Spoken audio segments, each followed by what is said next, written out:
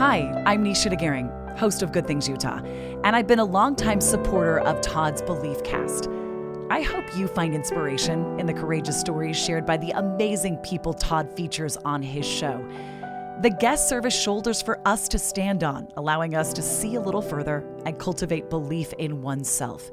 Remember, you have the dignity and power to change. I encourage you to keep striving and believing in yourself. Enjoy today's podcast. I want to take a moment to express my heartfelt gratitude to the incredible sponsors of the BeliefCast podcast. First, Craig from Craig Swapp and Associates. If you need an attorney, he's your guy. Trustworthy, compassionate, always there when you need him most. Next, Wasatch Recovery, the greatest university on the planet, transforming lives one day at a time. Sandy from Minky Couture, the creative genius behind the most comfortable blanket you'll ever wrap yourself in. Comfort like no other. The visionaries behind Thread wallets. These wallets redefine style and functionality. Dave Philippi from Micro Plus, pushing the boundaries of nanotechnology and scientific research to bring us cutting-edge supplements for optimal health. The Ralphs and the Debenhams, creators of Mori Nutrition and Calm.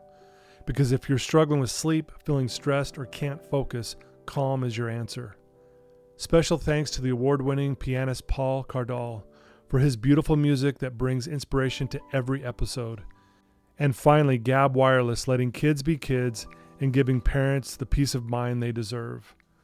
Right now, Gab is offering $25 off any device to new customers with no contract required. That's $25 off any Gab smartphone or smartwatch. Just go to gab.com/belief. That's where you'll get the best deal. That's gabb.com/belief. Thank you to all these amazing sponsors for supporting the BeliefCast podcast and empowering us to continue spreading positivity and inspiration to the world. And welcome back. This is Todd Sylvester with Mark Richards for another episode of the Wasatch Way. Welcome. Thank you. Yeah, good to have you again, as always. It's been a few weeks since we've done one together. Yeah. I've featured a few other of our clients on for a Wasatch Way over the last couple of weeks, which has been really good too. But I always love chatting with you, Mark, and we always have a great conversation. So. Absolutely. Yeah. Yeah. I'm excited to be here. Yeah. Thanks for tuning in, everyone. And, today, hopefully we can share some things that are very insightful and that can help you with whatever you might be dealing with. At the end of the day, we're here to try to help people get help who are struggling with addiction or if it's a mental health issue. And so we're going to share kind of like how we do some of the things here at Wasatch, but I also want to talk about kind of how you carry yourself on a personal level. And we're going to get to know Mark a little bit more today. How's that? Nice. I love it. Well, I hope it's good. Yeah. We're going to dig deep here. Yeah, right. We're going to break me down a little bit. Yeah. So we're at the beginning of the year, 2025. I know you're a big guy when it comes to goals. That really means a lot to you. You teach our clients this. That's one of your kind of, tools in your tool belt that you help these clients with, helping them set and achieve some goals. Why is that so important to you? And did you learn that as a young kid? Where did that come from? I think most of us have heard most of our lives, if you fail to plan, you plan to fail. Mm-hmm. And that's always stuck with me. Yeah. And, I think goal setting is so vital, especially if you're stuck. And I think in this field that we're in, a lot of these people are just stuck. They just don't know where to go. Right. And they don't know what their purpose is. They don't know, how to get out of their current situation. And so I think setting those goals or setting new goals is vital for them and their recovery. And I've always thought that since we got into this, but for myself, my whole life has been patterned around just certain goals. Right. Starting in high school, with sports and athletics, you're trying to become the best athlete you can possibly be. Right. And then, moving forward, I always had goals to get married, have a family, how to raise your kids. I think everything we do in life really is patterned around certain goals, even if you're not setting them on paper. Right. Yeah. So, Well, I know you were obviously into sports growing up. You were an athlete. You really loved doing all those things. I think it's fair to say that also, I think sports is good for what it teaches you to do in life, right? 100%. Because you have to set some goals. You have to shoot for that goal, and hopefully you get there and that kind of thing. But it kind of sets a pattern up for life. Like you said, eventually you get to a place where, well, I want a family now, and I want to raise my kids a certain way, and I want to have this kind of a job, and all these things. But I think sports is a good foundation to kind of set that up. I think it's a right? really good foundation. And, I think a lot of us learned that from our parents, or at least my parents. Mm-hmm. I think their biggest thing is we're going to put them in sports to keep them busy so Yeah. that they're not going to get in trouble, Right. right? And then as you grow Yeah. through that process and you're young and you're just playing whatever sport it is because your parents threw you into it, Yeah. now all of a sudden you see you learn how to be a teammate, and you learn how to have some discipline, Yeah. and you learn competitiveness and ambition almost in a sense, because Yeah. then your competitive juices kick in, and now I want to be the best at what I do. And Yeah. some people don't do that, but I think for the majority of people who are competing in a particular sport, that just becomes part of you, and that can translate so quickly into life, in my opinion. Yeah, no, I love that. My girls, they were on the drill team and the dance company team, and to watch what they had to go through. Yes, we did it because it kept them busy, but the skills they learned for life, like I watch it now, watching my oldest daughter raise her 3 kids, Right? and I look at how she conducted herself on the drill team and how hard they worked, Oh, how it's translating in her being a better mom, honestly. I think you're 100% right. Right? Yeah, I mean, You I got had the same girls doing thing. the I same had 3 thing. girls who did the Yeah. exact same thing. And I mean, I always thought that football was hard and basketball Right. was hard. And then I watched these girls wake up at 4:30 every morning and go in and practice for 2 hours before Yeah. school every day And for then practice drill. after school. And then practice after in the school. same day. Yeah. And then they got to go compete. And then do their homework Yeah. and It- date and Yeah, all of whatever it, else. right? Yeah. But it's a great foundation to teach you at least how to have some discipline, in my Yeah. opinion.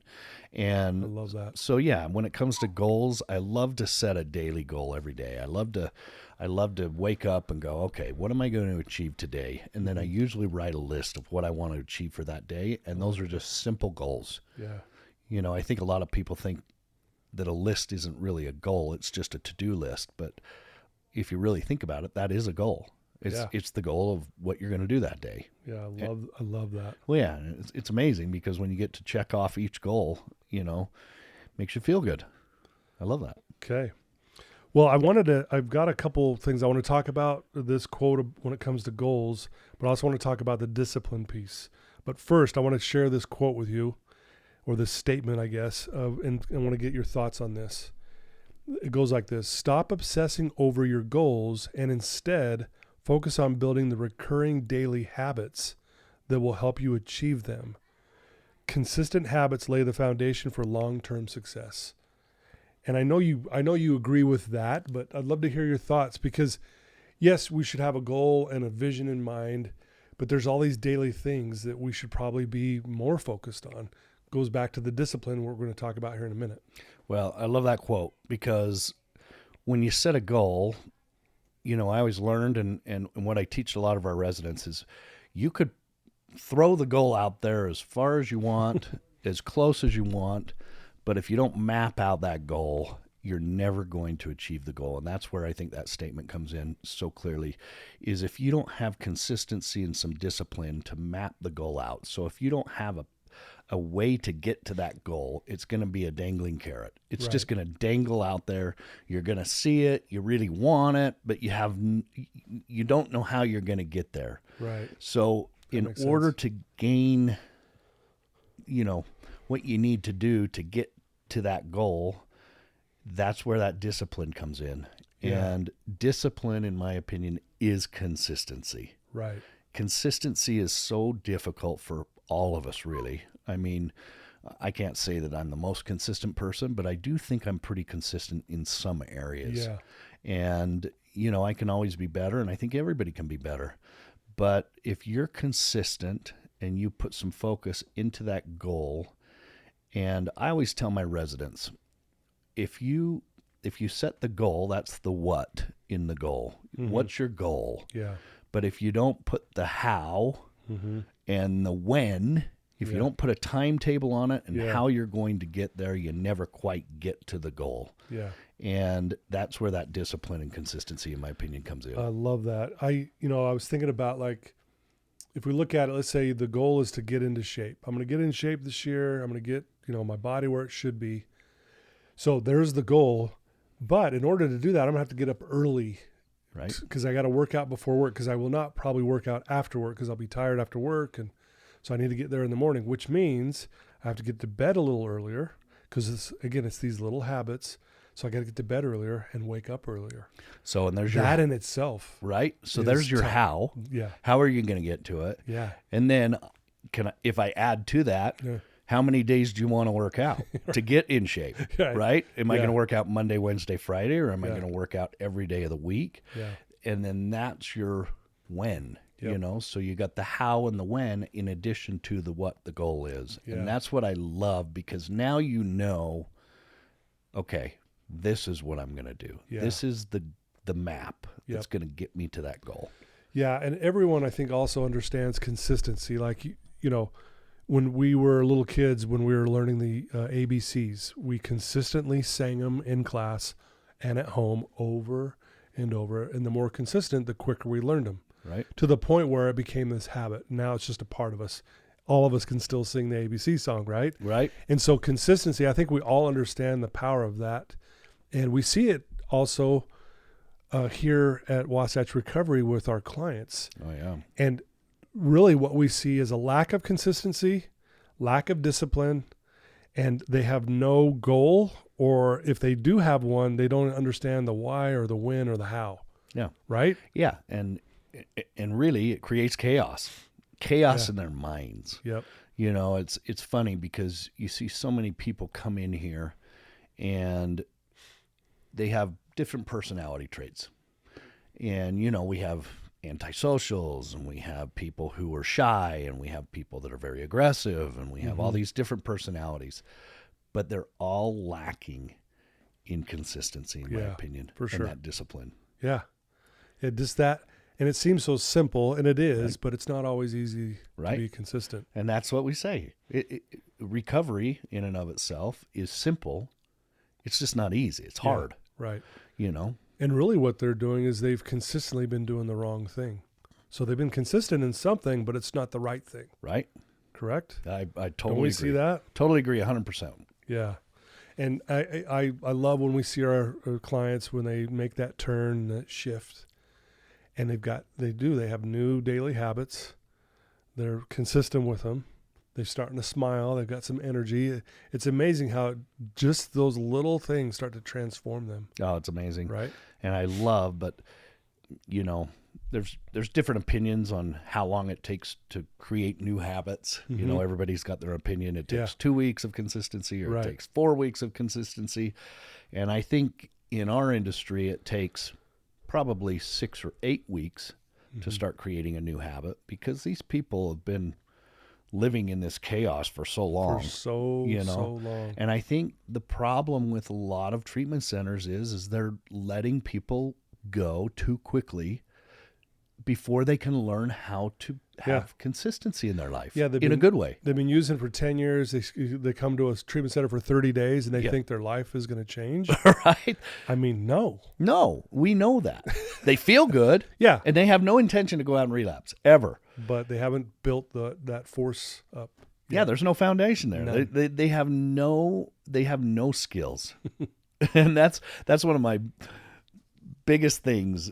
If there's one critique that I have in our industry, it's that. Yeah. People let people go too soon before they can create the new habit and the consistency to be able to succeed in this area.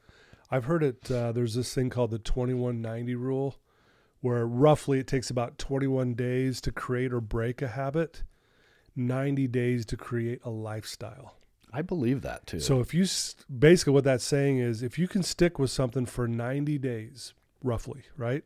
Give or take it, we're all different. I know that.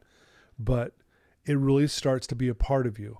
Like it took us 90 days to probably have the ABCs go from short-term memory to our long-term memory. Right. To tie our shoe, we did it well past 90 days. Now we don't have to think about it. We can just tie our shoe, being honest, right? I know that sounds, if you were honest for 90 days, I guarantee it'll become a part of you. Yeah. If we lie all the time and we're lying consistently, we've done it well past 90 days. It's just what we do. Yeah.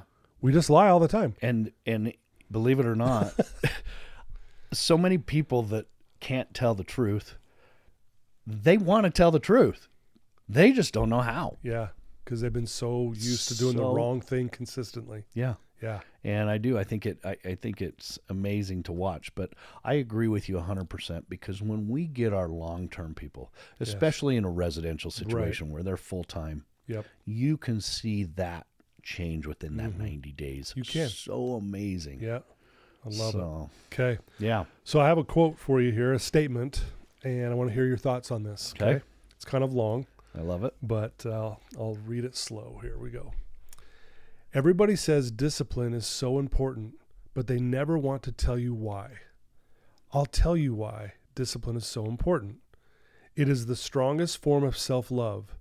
It's ignoring something you want right now for something better later on. Discipline reveals the commitment you have to your dreams, especially on the days where you don't want to. The future you is depending on the current you to keep the promises you made to yourself yesterday. Gosh. Right? Yeah. So let's break that down. I know it's a lot there. No, it's good. It's the strongest form of self-love, discipline. Do you agree with that? I do agree with that. So I think you talk a lot with our residents about the difference between motivation and discipline. Yes. Discipline is because you want to do it, right? Correct me if I'm wrong. Motivation is something's, you're trying to get something or something's out there that you're trying to get to force you to do what you need to do. Right. And the discipline side of that is, no, I'm just going to do it because I'm supposed to do it. Yeah.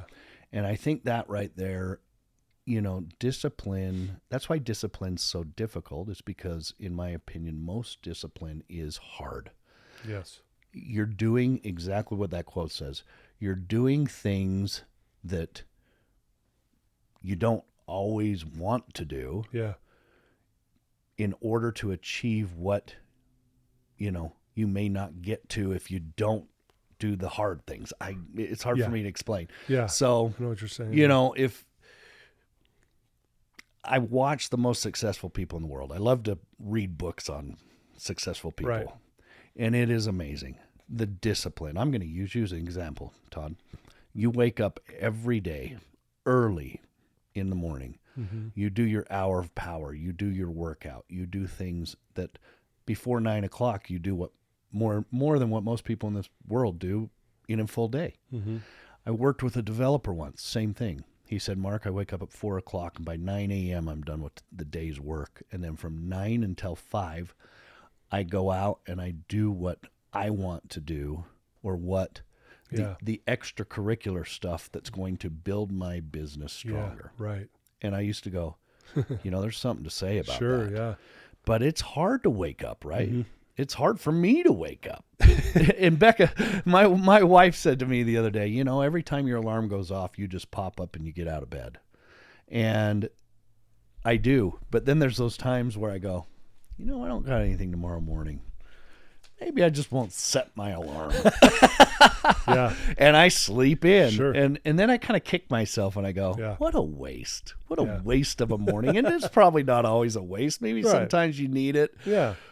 But I love discipline. Yeah. I love just those little things. Yeah. I got to tell you, honestly, overcoming, my drug addiction, alcohol, cocaine, marijuana, whatever that was back then, was easier than me getting into the discipline of getting up early. Because I used to believe I wasn't a morning person. It was my belief system. Yeah. So I was a night owl. So guess what? I was always up late. I would watch TV till as late as I could. And then mornings I would just suffer and struggle. So switching that was I honestly can say was the single hardest thing I think I've ever personally done, going from a night owl to a morning person. But I'll tell you, it's been the greatest gift. But it was, I just want to make it clear, people, it was brutal. I don't know, people might laugh at that, but changing your sleep habits for whatever that is, it was not easy. And I bet it took you more than 90 days to really. Absolutely. Right? I think if I go back, I mean, I've been doing this for 30 plus years now. It probably took me that first year, a year. Before you really loved doing it. Before I hated it. Yeah. But my mentor at the time, Rich Saunders, was saying, no, get up early. This is important. And I'm like, I know it is. And I would try and then I would fail. And it was just, again, I was consistently failing at it, but I kept trying. Yeah. And I would set my alarm. Yep. I'd set it across the room. So I have to get up, turn it off. I do that same thing. I put it on the other side of the room so it forces me to get up and actually turn it off. I do all kinds of hacks. I'd put I'd put Altoids on my alarm clock, and I would chew like 4 or 5 of them as soon as the alarm would go off, and you burn in your nose and your throat and your mouth. I love it. And I'm like, can't go to bed now. I love it. Right? But I would find a way. Yeah. Anyway, I'm sharing this with the listeners because, again, the discipline is what eventually overcame that really difficult thing for me. I just stayed consistent. I kept trying. I didn't give up. And there was times where I'm like, I'm just a night owl. Again, I was just convinced that's why I can't change. Right. But that was a belief system. Right. And boy, it was entrenched. So anyway, but I agree. Isn't it fair to say, like, when we put ourselves through something hard, it says right here, it's the strongest form of self-love. You're telling yourself you care enough. I got up early to work out because I care about me. And then when I follow through with that, I do feel some love for myself. 100%. Right? 100%. Yeah. There's nothing. It's funny. So when you get out of a habit, for example, I used to ski 50 times a year. Right. I'll go up skiing with my daughter now. Without fail, every time at the end of the day, I go, why don't I do this more? Yeah. And it kind of kicks me in the butt. And I go, I'm out of that habit. Yeah, you are. Yeah. Or if I go work out and I haven't been consistent, right after the workout, I go, gosh, why don't I do this every day? Yeah, because you feel so good, right? Right? You feel so good. Yeah. And then the next day it's hard again. And so you got to force yourself to do it, but it's not easy. Yeah. I love that. Yeah. So I got a few other things I want to run past you here, Mark. I love it. I've got a whole bunch, but I want to make sure I get the ones that are, some of these are pretty simple, but I love it. This is by Marcus Aurelius. Fate is what you are given. Destiny is what you make of it. Isn't that beautiful? I love it. Fate, for those listening who may like, well, what does that exactly mean? It's like, if I grow up in a single parent home, that is my fate because I'm in a single parent home. There it is. Well, destiny is, what do I make of it? Do I play victim to it and use that to blow up my life and excuses, which again, no one teaches this stuff, which is unfortunately sad because sometimes we're led down that road. We don't even realize we're going down it. Right. But when you have a mentor or someone that can tell us, well, no, you can change this. What do you want to make of it? What would you really want? Yeah. I don't know. No, I love that. I often hear, oh, this is just my destiny. Yeah. And I'm like, no, it's not. No. You have control of your destiny. So many people believe that, it just is what it is. I'm going to be poor my whole life because my family was poor. No, you can break away from that. Yeah. Yes, it's difficult. There's no doubt. You grow up in a house that full of drug addicts, it's tough to break away. Yeah. But I know that you and I can attest by people that have come through here. Yep. It's amazing when somebody does break away, and then to see the results that happen when they do break that cycle. Yep. All of a sudden other people want to follow who have been in that situation. I mean, it's amazing. I could name names of a whole family for sure right now. Yeah. That the son took the step, then the mom took the step, then the uncle took the step. Yep. And it's just amazing to see what happens. Family, yeah, it's amazing. Well, and I think it also shows that if you if you want, let's say you're a parent and you want your kids to be living a certain way, well, I got to get myself where I should be first, and then I can be in a position to show them the way, right? And we see that with our clients here, who they have kids. Yeah. Like I was meeting with someone this morning where they were like, I've got my kids are struggling with alcohol just like I've been, and I don't want them to be doing that. And I looked at this person and I said, you have to get yourself right first. Then you're in a position to look at them and say, hey, this isn't the way. I know I had my struggles, but look what I've done, right? It gives them oh, okay, this person's doing it, or my mom or dad's doing this. Maybe I can. Well, and I think just that exact example, if you're drinking a beer and telling your kid not to drink, there's very little power in that. If you used to drink beer all the time and now you're drinking a Diet Coke, yeah, and your kid sees that, now that becomes a powerful statement, whereas before it was not. There's no power to that statement. Yeah, I saw, my dad changed, maybe I can. And now I'll actually maybe listen to what he's saying. Right? Yeah. I mean, it becomes powerful to be able to say, hey, I know what you're going through. Yeah. I know this, and use that power and that wisdom and knowledge that you had before. It's not the fact that you used to drink and that you were a drunk. It doesn't matter at that point. It's what you've learned, and where you're at that moment is how you can teach that person that you're talking to. What are you doing now? Yeah, what are you doing now? Yeah. So many people shame themselves for way too long. And I always say that to people, well, I never knew you then, and I respect the crap out of you right now. Yeah. Look at you. You're doing the hardest thing in this whole world. Yep. And I think, again, it goes back to that belief system that you always talk about. Yeah. It's so hard for them to believe that because they were that at one time, that it won't have that effect that we're talking about until you actually try it. Yeah. So for those listening, whatever, fate you've been dealt, your destiny is how you make of it. You get to do whatever you want with it. I love that. And if you need to make a change, here's your challenge. Do it now. Yeah. Get out there and make it different. Right. Right. Rise above. Rise above it. You can do it. Yeah. So I love that. Okay. Another quote. This is by Bruce Lee. This is a beautiful one. And it starts off by saying, because you might as well be dead.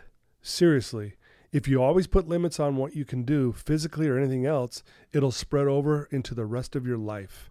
It will spread into your work, into your morality, into your entire being. There are no limits. There are only plateaus. But you must not stay there. You must go beyond them. If it kills you, it kills you. A man must constantly exceed his level. Gosh. I mean, it's amazing. Again, Bruce Lee. I mean, the guy was the best of the best in his area and pushed himself to those limits. Yep. We often talk about Navy SEALs. Yeah. Right? Right. They literally do things that most people would think are not humanly possible. Yeah. But they know you can push yourself that much further. Another good example, and if you like him or not, I think Elon Musk has no limits in his brain. Yeah. That guy just does whatever he wants to do. And I don't think there's even a limit thought in his brain. Right. Whatever I'm going to do, I'm going to go do. Yeah. And that's what I've always respected about that guy. And obviously, being the wealthiest man in the world, we may not always agree with what he's doing, but the guy has no limits in his brain. And that's the part that I always admire about him. Mm-hmm. Is it's almost like kid-like. Yeah. It's like he doesn't have that piece in his brain to say, no, that's impossible. Yeah. He doesn't believe anything's impossible. And it shows, right? He's got satellites all over the world, and he's got this and he's got that. And people tell him you can't. It's just he doesn't believe that he can't. Yeah. I love that because 99.9% of us in this world go, I can't do that. Yeah. Yeah, isn't that fascinating? You can. You can. God's given us this body with so much potential. Yeah. And I bet we use Oh, yeah. Single digits worth sure. of potential in our body. Well, you mentioned Navy SEAL training, and I heard this once where, they have a whole big group of people starting Navy SEAL training, and obviously it gets weeded out over the days, and towards the end, they're down to they call them the core. Yeah. And the Navy SEAL trainers know that if they try to push these people who are still in it too hard, they could kill them because they're not going to give up. So they got to be really careful at this point. Here's our group. These people are never giving up. So we got to be careful not to push them too hard because we could kill them. It's amazing to think about. Yeah. Yeah, I mean, right there, that mindset of, So powerful. I don't care what you put me through. Yeah. I'm doing it. Yeah. I love that. Yeah. So good. Yeah, I love your thoughts on that. That was really cool. I got to find this one here. It's out of the Bhagavad Gita. And, oh man, I just had it here. It's so good. It's, again, talking about how your mind is either your best friend or your worst enemy. And it's here somewhere. Gosh, what did I do with it? Our mind Sorry, folks. is our Oh, worst. here we go. There we go. Yeah. And again, basically, here's what is the Bhagavad Gita. For the one who has conquered the mind is the best of friends. But for the one who has failed to do so, the mind will be his greatest enemy. So I think, again, I'm going to give you some credit here. You teach mindset. You teach belief systems. Mm-hmm. Belief systems. Yeah. Our bodies can handle a lot. It's been proven. Yeah. We know it. The weakness or the strength comes in the brain. Yep. It's what we believe. Totally. If we believe we can do it, we can do it. If we don't believe we can do it, we definitely can't do it. Yeah. And that is, and you hear that from everybody who's successful in whatever field they're successful in. They will always say the belief system. Yeah. The belief system. Yep. If you don't believe, you're going to struggle. If you believe you can do it, you're going to do it. You'll find a way to do it. Yeah. If you believe you can do it, you can do it. Yeah. And I love that. Yeah. Because that is the hardest thing in this world, is to really believe I can do that. Yeah. I can go do that. Yeah. And it takes a lot of work It does. to get there once you believe it. And it's not just the belief, but if you don't have the belief, you'll never get there. Well, yeah. And it comes down to what this says. We have to conquer the mind. Because our mind really just, it's got thoughts going in and out of it all day long, millions of times a day, right? If we don't learn to control that or conquer it, it takes over. We hear it all the time with our clients here. It's like, I can't stop my mind from racing and thinking these obsessive thoughts here and this and that. That's their problem. I always say, you don't have a drinking or a drug problem. You have a thinking problem. Yep. So you're here to change the way you think. Right. And you do that, you change your life. Well, and we see it a lot with the people in our facility who have major trauma, right? Yeah. They've had some major trauma in their past, and it's just destroyed that belief system. Yes. And again, it's one of the most amazing things I see here at Wasatch is when you can see when somebody's belief system starts to change. Yeah. Yep. It's like the light turns on and they start going, okay, Yeah. I think I can do this. And then a couple weeks later, you know what? I know I can do this. Yeah.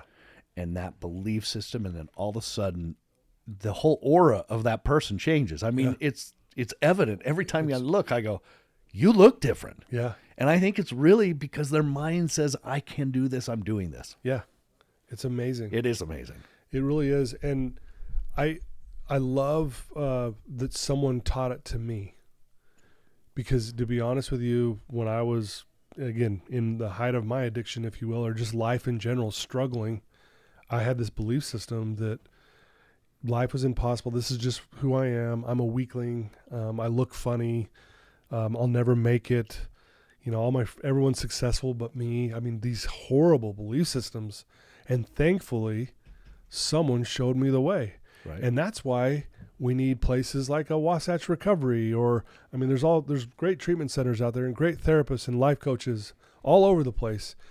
And mentors, that's why we need that in our lives, for someone to go, hey, you're thinking incorrectly here. Right. Let me point you in the right direction. Well, anybody who's heard my story knows that I was very skeptical, had no belief system that I could work in this field. Right. I just didn't. Yeah. I had this thought process that I can't work with addicts. I'm not an addict. And I can't work with an addict. Mm-hmm. I'm not like those people. I'm this, I'm that. Thankfully, I had an aneurysm, and it gave me some gratitude and some empathy for life. Yeah. But really, ultimately, as we've grown Wasatch over the last 14 years, you, Tina, Kirk, Corey, you guys are the ones that have created my belief systems in me. And then I got to give a lot of credit to the residents. Yeah. The residents, to see the residents actually go through this hard process and to see the success. Everybody, not everybody, but a lot of people will ask me, does it get you down?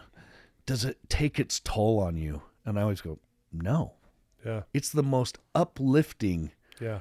most amazing thing I've ever seen. For sure. Yes, there are those couple circumstances that stink. Yeah, You know, we lose sure. people from time to time Yeah. that have come through our program in the past, and we hear about it. Yeah, that's no fun to hear. But I'll tell you, that's what changed my whole belief system, is these people can do this. And I think we have way more success than we do failures, honestly. You and I both. I don't think we talk enough about that. I think everyone talks about, oh, this person passed or this. And I get that. You're right. It's heavy stuff. But guys, we do some really good work here. We got the best therapists. We have a great program. It is amazing that we challenge these guys on such a level. Like I often say, and they will say this too, everyone needs this. Everyone could come through our program. We don't even have to call this a treatment center. It's just more of, hey, you want to improve your life? Come through our program for 90 days and you watch what happens to you. Right. You wouldn't be able to deny it. Yeah, I was just talking to some people over the weekend that are nowhere, near being addicts. Right. And I said, you could benefit as much as anybody could benefit in my facility. Yes. To be able to remove yourself from the world and focus 24/7 on yourself. Heck, we could all benefit. Right. Right? And we do. That's what's so amazing about working in this industry, is you and I get to come and we get the benefits of it on a daily basis. Yeah. I mean, it's changed my life personally. Yeah. It's the most amazing thing in the whole world for me to show up on a Monday morning and go, okay, how'd they do? Let's go. Yeah, I'm excited. You know what I Yeah. mean? And it Yep. really is that. It's not fake. It's Yep. I get excited to come and see how these peeps are doing this week. Yeah. I love that about it. No, I do too. It's so good. Okay, one more quote here by Marcus Aurelius. And this is really deep, kind of. Why see more misfortune in the event than... I'm sorry, I butchered that again. Forgive me, folks. I'm definitely not perfect here. Why see more misfortune in the event than the fortune in your ability to bear it? I'm going to repeat it. Why see more misfortune in the event than the fortune in your ability to bear it?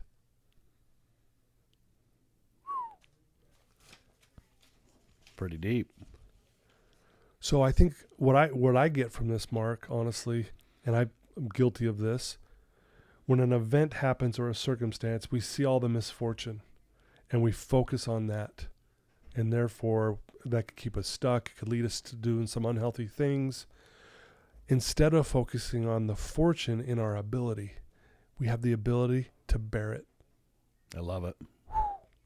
I that is so powerful to me. If we could have that type of mindset, especially in those dark moments, because there's dark moments in our lives. We all have them.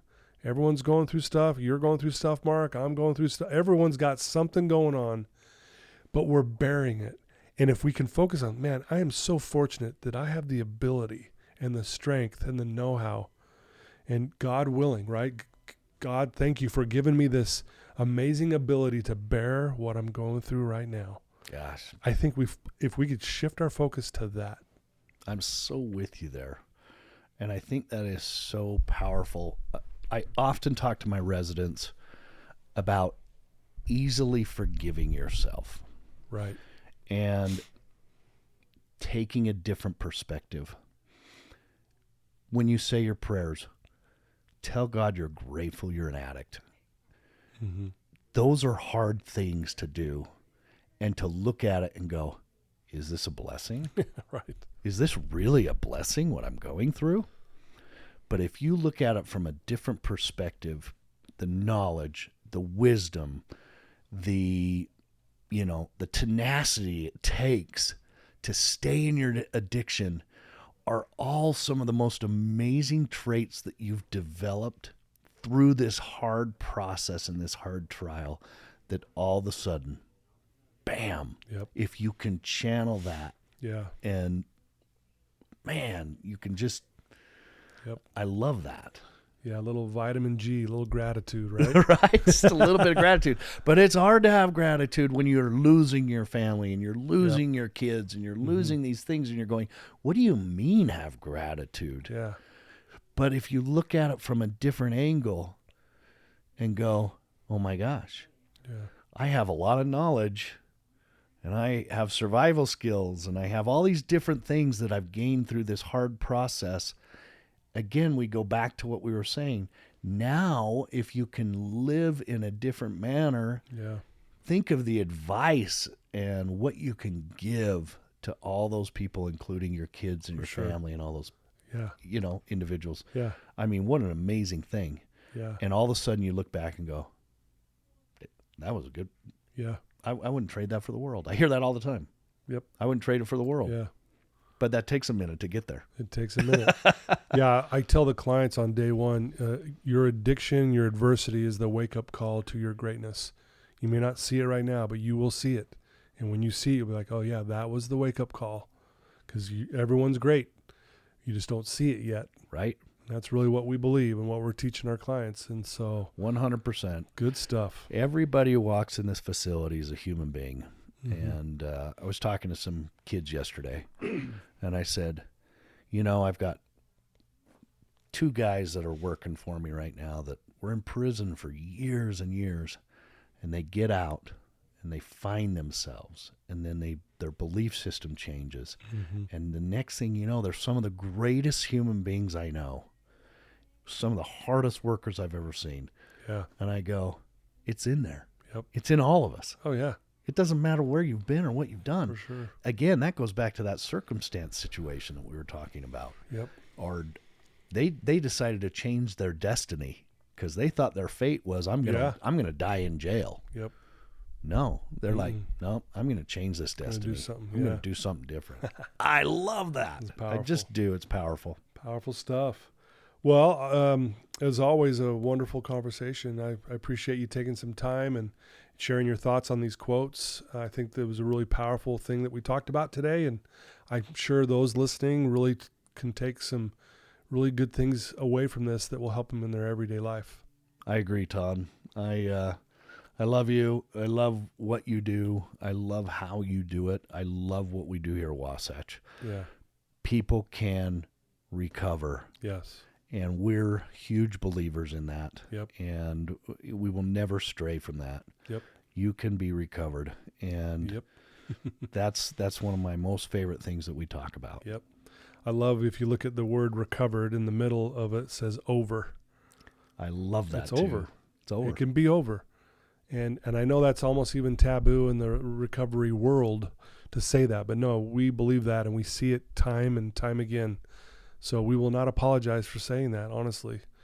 If someone wants to reach out to you, Mark, and maybe they want to take a tour of Wasatch Recovery and learn more about our program and get to meet you, what would be the best way for them to do that? Anytime you can call our main number. It's 801-901-0024, and that'll ring to a couple of us. And then if you want to call me direct, my number is 801-898-7778. And we also have our website, wasatchrecovery.com, which has all that information on it. Great. But we would love to give you a tour. We'd love to meet with you anytime, any place. And any way we can help, we'd love to help, even if you just have questions. So feel free to call anytime. Great. And please do call, because Mark will get back to you. If he misses your call, he will. I promise you he gets back. And we would love to have you. And if you have a loved one who's struggling with addiction and you're not sure what to do with them, reach out to us. And if we're not the fit, we'll find one for you. So there's all kinds of resources we'll help you get in touch with. So love you guys. Thanks for tuning in week after week. You guys are the best. We couldn't do this without you. And Mark, thanks for what you do here. Thanks for providing this amazing facility and the energy and just the tone you bring to this place. We love you, and thanks for all you do, and I'm grateful to work for you. Thanks, Todd. Vice versa. I just love you. Thanks for everything you do. You're an amazing human being. You change lives every day. Thanks, brother. There you go, guys. Till next time, take care.